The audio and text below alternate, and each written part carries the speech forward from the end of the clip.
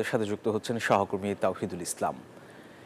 তাওহিদ, প্রশাসনের পক্ষ থেকে শিক্ষার্থীদের কোনো আশ্বাস দেয়া হয়েছে কিনা?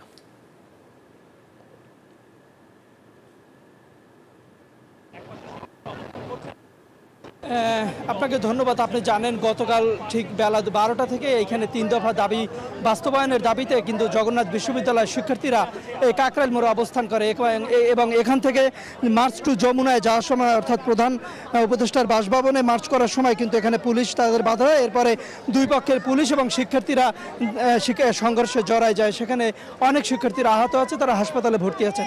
আজকে সর্বশেষ তথ্য আমরা যে কথা বলে এখানে এসে জেনেছি, এখন পর্যন্ত সরকারের পক্ষ থেকে কোনো প্রশাসনিক পক্ষ থেকে কোনো আশ্বাস বা কোনো আশ্বাস কিছুই পাননি তারা এখন পর্যন্ত। তারা বলছেন 3 দফা দাবি বাস্তবায়ন না হওয়া পর্যন্ত তারা এই যে রাজধানীর কাকরাইলে যে অবস্থান করছেন এই অবস্থান কর্মসূচি তারা ছাড়বেন না।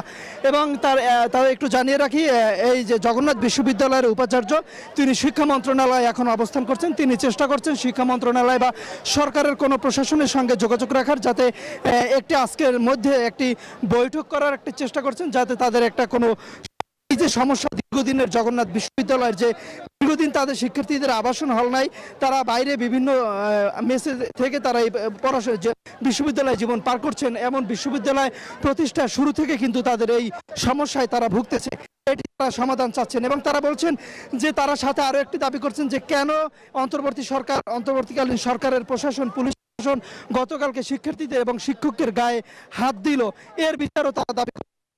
এছাড়া তারা বলছেন যে এর বিচারও তারা দাবি করছেন। তারা একটি কথা জানিয়েছেন বারবার, যতক্ষণ পর্যন্ত না শিক্ষার্থীদের আবাসন ব্যবস্থা নিশ্চিত করা যায় ততক্ষণ পর্যন্ত 70% শিক্ষার্থীদের আবাসন ভাতা বা আবাসন বৃত্তি তারা দাবি করছেন।